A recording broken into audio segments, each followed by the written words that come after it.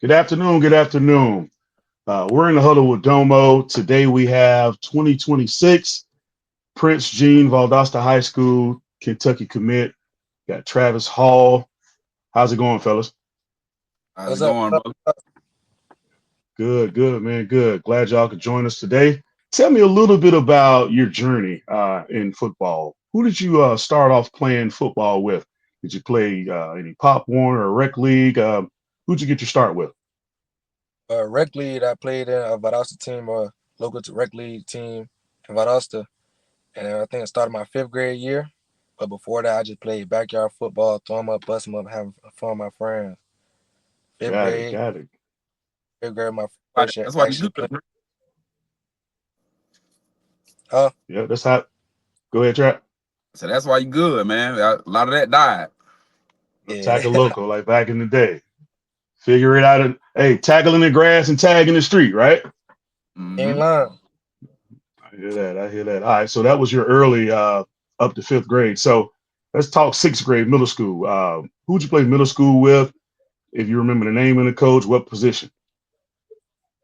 I can't remember the name of my sixth grade or seventh grade coaches, but Okay. sixth grade, it was like a combination of two schools, New Bern and VMS. And since sixth grade and eighth grade, we all been combined and played together. So I think my sixth grade year, I started off at receiver, but I was one of the best Okay. receivers on the team to play quarterback. Then they wanted me to switch in with quarterback, but they already had a quarterback, so they already knew I was an athlete. They wanted me to go back there and run the ball, which Okay. it was no point of. I was one of the best receivers, just having a wasted talent out there, which we really needed help at receiver. But but seventh grade actually got in with KP, my personal trainer now, longtime friend, and we worked on it, worked on what I needed to work on, and becoming a better person on and off the field. And seventh grade I blew up. And eighth grade same thing, and ninth grade is just a journey. Gotcha. Gotcha. So if I'm hearing you correctly, you've always kind of been an athlete since Yeah, middle school. You played a little quarterback, wide receiver. I'm hearing you played a little defensive back as well. And Coach KP is kind of your trainer, yeah, he kind of been responsible for that athletic development. yeah, definitely. Cool, cool, cool. Okay. Well, Trap, tell me this. I had an opportunity to take a look at his film. Obviously, at Domo, we evaluate film, and Hmm. obviously, he just jumps off the film. His early highlights on Huddle, his bubble screens, his nine routes, his digs, his quarterback read for touchdowns. Who do you think his comp is? I'll start with you, Trap, and Prince. You tell me who does he compare to collegiately, or maybe even in the NFL? Uh, that's a tough one. I seen him do a lot, especially getting the ball, being very physical at the point, Mhm. explosive down the field. That's a tough one, man. Prince, just one of the biggest things of me. I would say he's just one of those kids. He gonna outwork everybody, man. He gonna come give you what he got, and it don't really matter what position you put him in. He coming to make a play. It's kind of hard for me to put a tag on a certain person. I agree. I agree. I didn't have a comp too, but usually the player uh, compares themselves to someone. Prince, who do you think your game, or did you model your game after anybody? Who do you compare yourself to or think you're similar to? Well, the first person with my route running, Jamar Chase, probably one of my best Yeah, players, favorite NFL with route running, and with the ball in my hands, Tank Dell. I watched what he did, I worked on like it. stuff. Ball in I hand told you, became my Trap, them kids know. Go They ahead, know. Prince. I'm sorry. Go ahead, Prince. Continue. Tank Dale, continue. yeah. I just worked on what I need to work on. And it became my strong point. I love that Tank Dell comparison. Honestly, he's an athlete that you get him the ball multiple ways, and he seems to just find the end zone. And looking at your film here, that's a great comp. Great comp. Looks like you could do a little bit of everything. Just kind of let everyone know what's going on in South Georgia, the talent and the community, and so on and so forth. And I would love to speak light on the city, man. That's kind of why we started this program. Transitioning from success earned through attitude to Domo Sports. Um, to me, we've always had the credit on the field. It's always been the winningest high school in America. Right. But the work in the community with the new guys and the guys that really poured into it, I would say I wanted to continue the success off the field is more important than anything. Because when you look at those banners, man, some of those banners are so outdated. Like even Right. myself, I didn't even watch some of those 23 state championship teams. I was just a little too young. Right. Um, but continuing that success on and off the field, man, is kind of the reason I wanted to come back to Valdosta and really pour my all into it, to be honest with you. But we are Title Time USA, the most winning high school in America. I mean, that's well documented.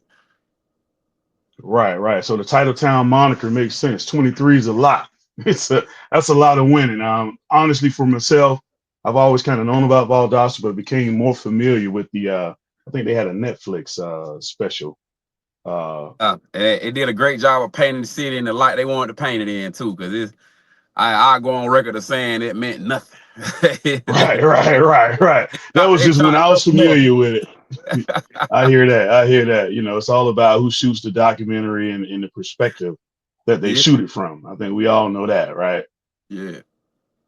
Right, It's, right. So as we're still waiting on Prince to hop back in, um, tell me more about SETA and kind of how'd you get started with that? What made you put that program together and some of the success stories you had with it? and it's funny, man, because as you hear Prince say, he kind of got started fifth, sixth, seventh grade, and Right. I wasn't there a part of his development, but that's the age range what made me start success earned through attitude because I had a little league team and we was very successful, won a lot of games, but then it was time for my kids to go to middle school. I just seen where the development stopped. So I got back Yeah. involved, like, oh, who's training those kids? Who's training them turned into me. So I started training them for a few years, and then after training, what happens? They look back at me and they want me to help with recruiting. And they just kind of bled into helping kids with their recruiting. But it's funny that age range from fifth grade to seventh, eighth grade, man, where you lose a lot of the Pop Warner superstars, the All American middle school kids. That's you lose them in that age range. Right, right, right. So just heard from Prince. He should be able to pop back in a moment. So, man, I tell you what, I follow you on social media, and it looks like, man, you're everywhere. So I can tell you have an impact in the kids in your program's life. You're on some of the visits with them. Um, Tell me about how the relationship with Domo started and the impact that you've had on some of those kids through Domo. I leaned on the fence, had a few conversations with this guy. He told me, hey, man, you should come play 7-on-7 football in Jacksonville. I had no clue about 7-on-7. Right, Even when I brung it back to Valdosta, it was frowned on. All the high school coaches, right. no, you can't go ride around with Travis Hall and play 7-on-7. You'll get injured. It don't do anything for you. Through Domo helping the kids, always staying close to that focus, it'll keep us in the right place where we need to be. And we always make sure, like everybody say they're a player run program or player first program. That's really what Domo is. A player run program. Success bleeds success. Right. And just piggying back on that thought, Trap, I think the high school coaches are just kind of catching up on what a tool 7-on-7 could be, specifically in the recruiting process. So, Prince, I see you pop back in. Kind of where we left off is I was talking with Trap about SETA and Domo. Yes, sir. So glad you're back. Tell me about the impact that Domo has had on your recruitment and how it's kind of helped you out. It's been a great. It's been great actually. It's helped me a lot get through my process and put a lot of exposure to my name. Definitely Trap, man. Probably one of the realest people in my life right now. And Right. definitely with him, he since ninth grade, he took me different places to see the world, like FSU, Florida, and all these different type of places.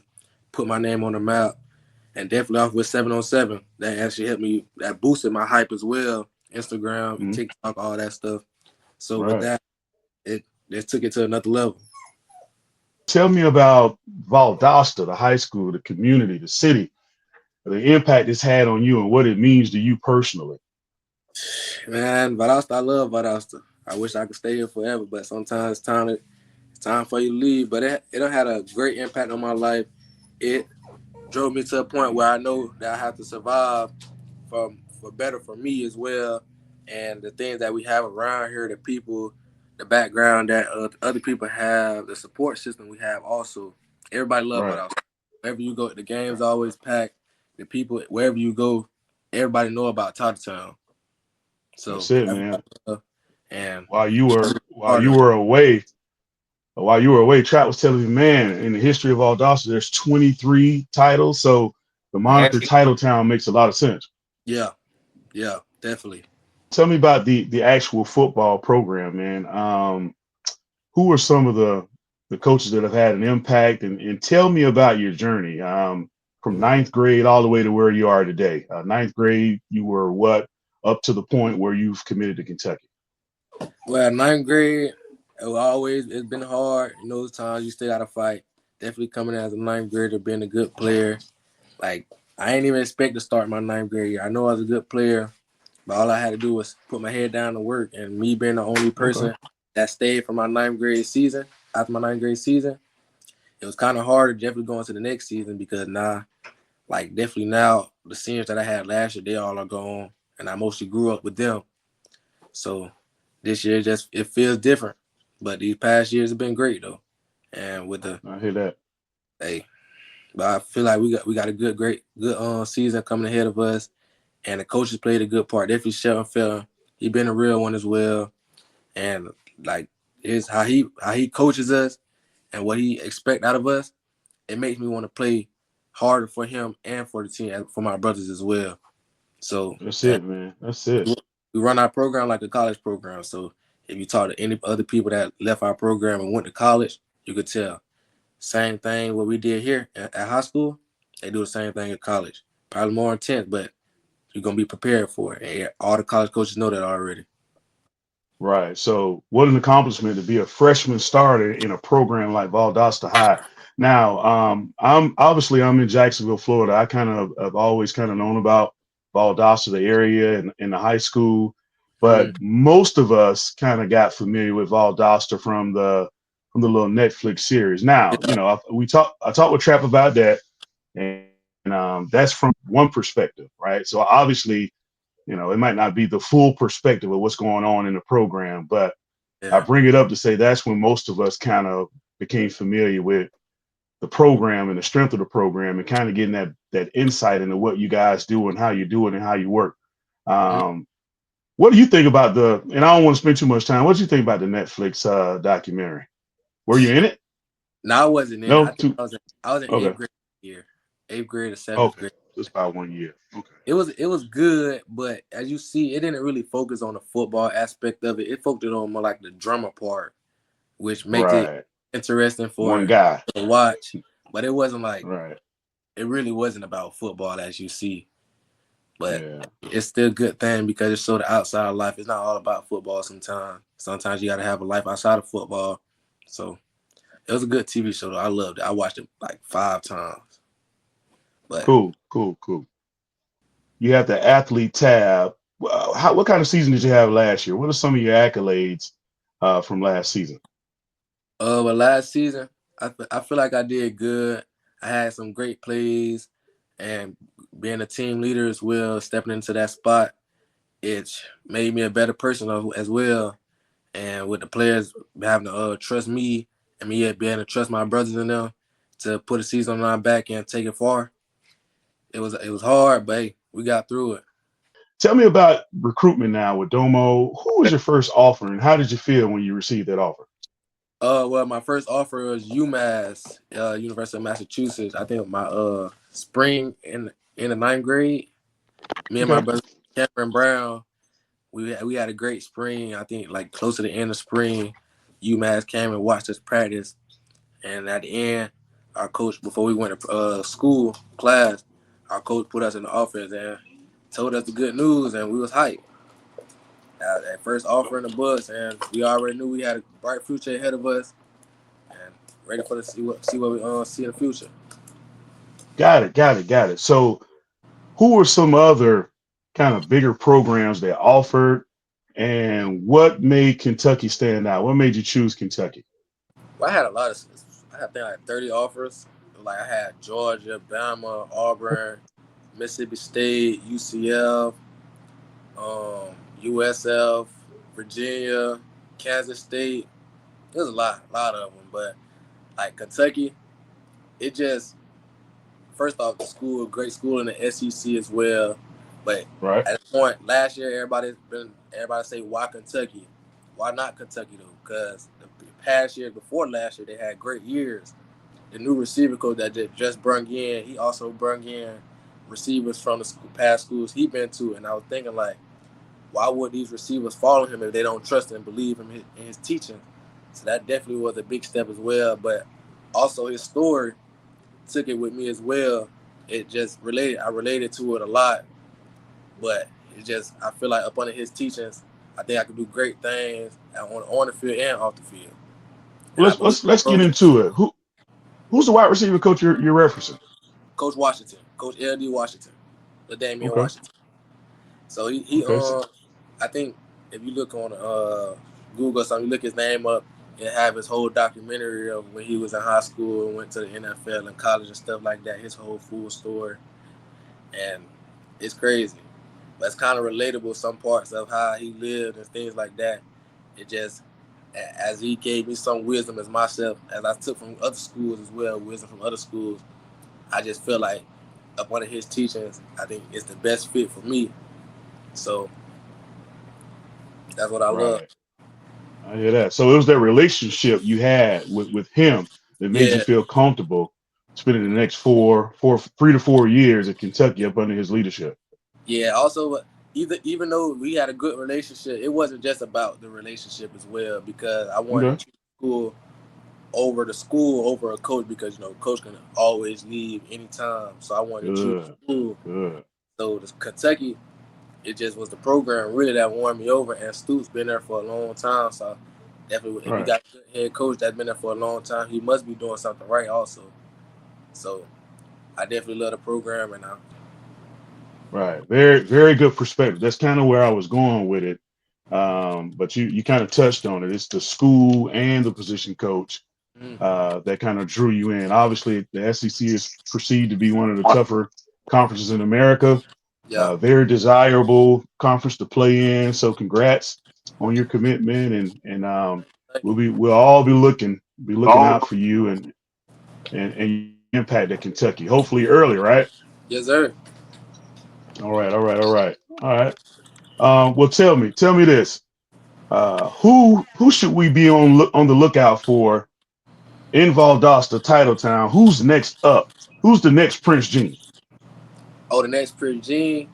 Well, I say the next Prince Gene is probably Braylon Cox. He's a ninth grader right now. He's been outstanding for us. Great ball player in the air, catching the ball, physical. And I feel like with just a little bit more teachings, I've been took him up under my wing and taught him my Right. play, my style of play, and teach him his own style of play. But I think he's gonna be great for Valdosta these next 4 years. So hopefully So this year we get some chance to play with each other. But I know these next 3 years, I can't wait to see how far he evolves. And he's a the other, freshman.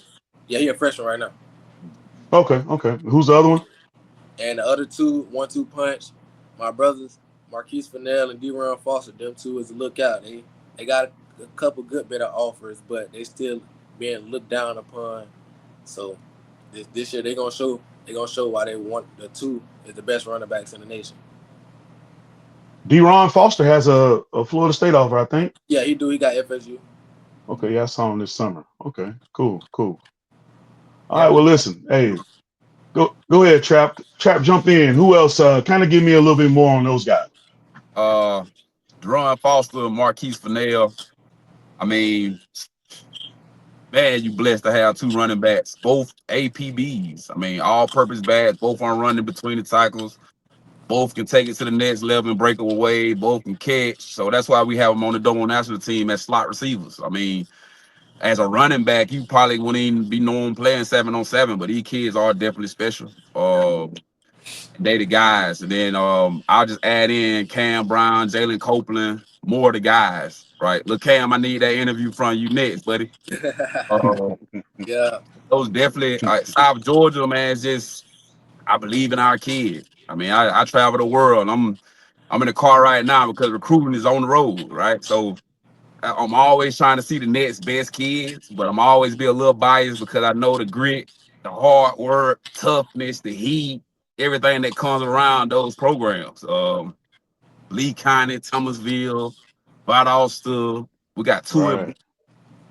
So my flag will forever be planted in South Georgia just because of the type of kids Prince, Gene, and all those kids are. Right, right, right. Huge impact. A lot of talent in the South Georgia and surrounding area. I can't end the podcast Trout without touching on this though. Mhm. There's a young man that you have a relationship with who plays for the New England Patriots right now, tight end. Correct. What's his name and what? Tell me more about him and his relationship. Give me some insight on him. So I was blessed with the opportunity to meet Jaheim before the money came around. You know, Right, his class started the NIL, but I mean, it was a lot easier to gain trust and to show your worth to a kid and a family. Just because, we've been in this game long enough to understand that you do right by the family, do right by the kid, making sure he get the home that he's looking for, and chase the opportunity to change his family situation. And some will be Jaheim Bell and get drafted to the New England Patriots. But I actually met Jaheim and his family. They moved to Valdosta when he was 9 years old. right, When you have time to really do that groundwork, and you're gonna go through some yeses and some nos, and before you realize, hey, this is a real person to be around. right, Uh, but Jaheim he actually really he's the guy. Domo started between him and T. Lee, who went to Arizona State to play with Herm Edwards. Really trying to figure the process out together. Like, what's going on out here? Who they picking for the MVP? What made Chad Simmons call this guy to the side and give him an interview? So throughout the process of Jaheim Bell and T. Lee, we kind of figured out how to create Domo Sports Group and make it impactful to these kids. right, right. So I love where the conversation's going. So if what I'm hearing is, it was Jaheim Bell and T. Lee that kind of started off the idea, the concept of Domo Sports Group, and it's Yeah. kind of grown and blossomed into what it is today. But it feels like it's still talented kids shining a light on talented kids and building that relationship, building that trust with those kids and those families to Mhm. assist them in their process. Correct, correct. So and then Jaheim, man, is like my walking publicity. Right, He understand the process. He stayed down, he worked, he was hungry. Um, and one of the biggest words that's kind of going away these days is being loyal, man. It's just right, I didn't have a lot starting off. He didn't have a lot starting off, but hey, together, look where it had. Look what happened. Um, he's at New England Patriots right now. Domo Sports Group is running and blessing kids like Prince Gene the opportunity in 2025 to still be doing some of the things that he did for us when we first started the program in 2020. right, right. All right, so look, I don't want to take too much more time, but there are some programs or businesses in the Valdosta area I'd like to highlight. First, SETA, your program, Success Earned Through Attitude, and Big Nicks. If you're ever in the area, we want to make sure that we show Big Nicks some love.